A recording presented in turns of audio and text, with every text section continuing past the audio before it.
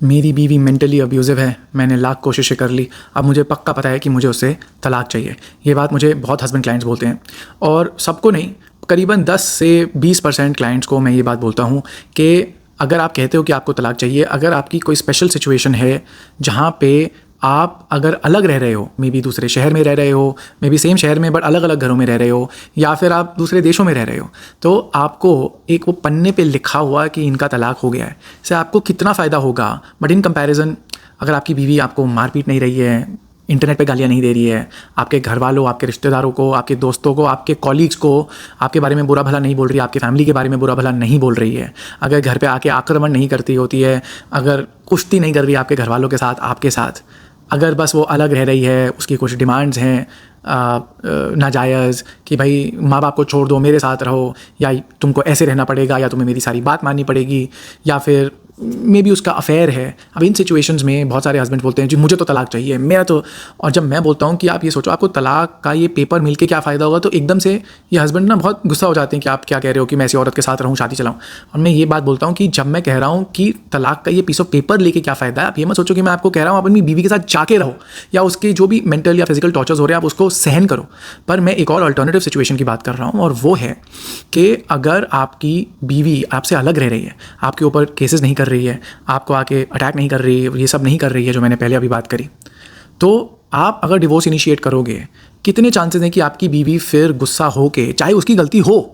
पर हर एक की कहानी में हीरो वो है और विलेन है सामने वाला। तो बीवी के अगर नज़रिए से देखा जाए तो पति को जब मैं चुपचाप छोड़ के अलग से बैठी हुई हूँ, उसने मेरे खिलाफ डिवोर्स किया, समाज में मेरी बेइज्जती होगी और अफवाहें फैलेंगी, ऊपर से मेरे को फिर डिवोर्सी का टैग मिलेगा और मेरे को 100 दिक्कतें होंगी, ये अलग से रह के शांति से क्यों नहीं मैनेज कर सकता था चीज़ें। ये एक माइंडसेट होता है बीवी का। और उसके बाद बीवी जो है आपके ऊपर केसेस करती है, पुलिस केस, FIR, दहेज प्रताड़ना, ज्वेलरी रख ली, criminal breach of trust, domestic violence petition, उसके अंदर कॉम्पनसेशन मांगना, interim maintenance, residence order, shared household में अलग से मेंटेनेंस, भरण पोषण के केसेस, ये सब करती है बीवी majority ऑफ द टाइम्स। इक्के दुक्के केस में हस्बैंड ने डिवोर्स डाला, बीवी कहती है मैं सिर्फ इसको डिफेंड करूंगी, क्योंकि वकील बोलते हैं कि मैडम डिवोर्स केस में डिफेंड करना तो सालों तक चली जाएगा, बट इसमें आपको कोई एलिमनी या मेंटेनेंस नहीं मिलने वाला, ना ही आप हस्बैंड को कुछ आप कुछ प्रेशर डलवा पाओगे, कुछ करवा पाओगे, आपको अपनी तरफ से केसेस फाइल करने पड़ेंगे। अब बीवी ये बात सुनती कहती ठीक है वकील साहब करते हैं ये, और फिर I would say 99% of cases जहाँ पे पति ने केस फाइल किया है, बीवी भी अपनी तरफ से केस फाइल करेगी। बजाय इसके अगर आप अलग रह रहे हो, वो अपनी ज़िंदगी जी रही है, आप अपनी ज़िंदगी जी रहे हो, वो आपसे पैसे की डिमांड नहीं करती, आपको धमकियाँ नहीं देती मैं ये कर दूंगी वो कर दूंगी, वो हर दूसरे दिन आपके घर के अंदर घुसने की कोशिश नहीं करती है, वो आपको उसने अकेला छोड़ रखा है, तो क्यों नहीं आप क्रेज़ी आइडिया अपनी ज़िंदगी इंजॉय करो। और देखिए कई बार क्या होता है, एक ये भी मैं बात बोलता हूँ कि बहुत बार हमारे देश में ना बीवी कहती है कि चाहे अलग रह लो, मेरी नहीं बनती पति के साथ, वो जैसा भी है, राइट,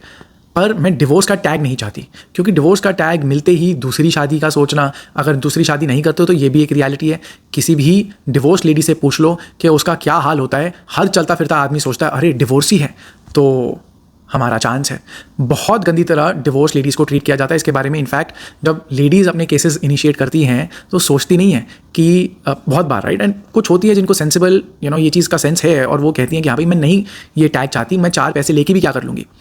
पर मैं कहता हूँ कि अगर आपकी बीवी ऐसी है जो अलग रह रही है और वो कुछ केसेस नहीं कर रही है, वो अपनी ज़िंदगी जी रही है, आप भी तो जी सकते हो। हाँ, अगर आप बोलो कि जी मेरी एक गर्लफ्रेंड है या मुझे किसी और लेडी से शादी करनी है, तो ठीक है, आप तब भी उस तरीके से आप जा सकते हो। और उसमें भी मैं हमेशा कहता हूँ कभी भी प्लीज़ डिवोर्स मत फाइल करना, पहले इनिशिएट करो प्री लिटिगेशन मीडिएशन। उसके बारे में मैंने बहुत बात कर रखी है, आप अगर इंटरनेट पर डालोगे pre litigation mediation Amish Agrawal, आपको मेरी वो थॉट्स मिल जाएंगे। और अगर फिर नहीं होता है तो फिर डिवोर्स के अलावा civil, criminal remedies in law, आपका एक्सटॉर्शन, डेफेमेशन, हरासमेंट, इंटिमिडेशन, इनके लिए आप सिविल केस फॉर कॉम्पनसेशन भी फाइल कर सकते हो, मैजिस्ट्रेट कोर्ट में आप कंप्लेंट भी फाइल कर सकते हो, क्रिमिनल, ये सारी चीज़ें कर सकते हो। बट देखिए ये सारी चीज़ें आप बीवी के खिलाफ करोगे, बीवी भी आपके खिलाफ गारंटीड करेगी ही करेगी। 99% केसेस में बीवी नहीं रुकती है। मैं कहता हूँ ये सबसे अच्छा है द ओरिजिनल पॉइंट कि जी आप अपनी ज़िंदगी जियो, बीवी अपनी ज़िंदगी जिए, उसको शादीशुदा का टैग मिला हुआ है, कोई पूछता है आपका पति कहाँ है और जो वो दूसरे शहर में काम करता है, ठीक है जी, मैं शादीशुदा हूँ, मेरे को अपनी ज़िंदगी मैं जी रही हूँ, आप भी जी लो। और अगर कोई कहता है कि ये कोई तरीका होता है ज़िंदगी जीने का, कोई साथ में रहने के लिए हमें चाहिए जो साथ में साथ निभाए, जो ये बात बोलता है, मैं उनको फिर ये रिमाइंड कराता हूँ कि जब आपने इन वाइफ लेडी से शादी करी थी तो आपको क्या लगा था कि उस टाइम पे ये इतनी तकलीफ़ दे सकती है लेडी? तो आपको कौन सी एक गलत फहमी है कि अगली वाली जो आएगी वो अलग होगी? मतलब शादी करनी है तो करो दूसरी से, बट मेरा एक माइंडसेट ये है कि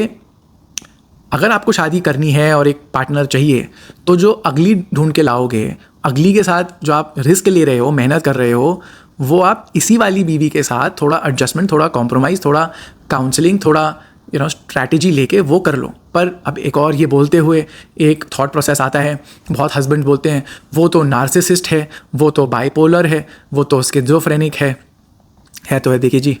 स्किज़ोफ्रेनिया, बाइपोलर, नार्सिसिज्म, ये चीज़ें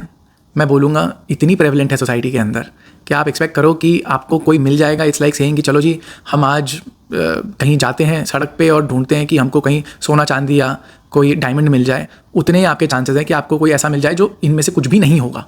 राइट। तो लॉन्ग स्टोरी शॉर्ट, अगर बीवी आपको, अब कॉन्टेक्स्ट वाली बात है, इमोशनली टॉर्चर कर रही है, आपको थोड़ा बुरा भला बोलती है, आपकी बात नहीं मानती है या etcetera, I would still say कि बेटर है कि वो पीस ऑफ पेपर लेने का फ़ायदा नहीं है। अपने माइंड में ये सोचो कि हाँ जी मैं तो हो गया हूँ डिवोर्स्ड, रादर दैन कि चलो जी मैं डिवोर्स फाइल करता हूँ और फिर मेरे ऊपर वो केस पे केस करती है, फिर मैं वकीलों को, पुलिस को खिला रहा हूँ पैसे, और ऊपर से फिर उसके बाद अल्टीमेटली बीवी को भी एक या तो एलिमनी कोर्ट के थ्रू देनी पड़ेगी सालों के लिटिगेशन के बाद,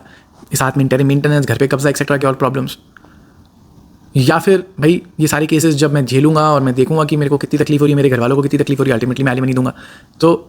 द फैक्ट कि मेरी बीवी अच्छी नहीं है, डज दैट मीन कि अब आप अपने ऊपर ये इतनी और पीड़ा लेना चाहते हो इन द होप कि आप some time in the near future 6 महीने या 6 साल बाद आप मुक्त हो पाओगे? थोड़ा इसके बारे में सोच के डिसीजन लेना।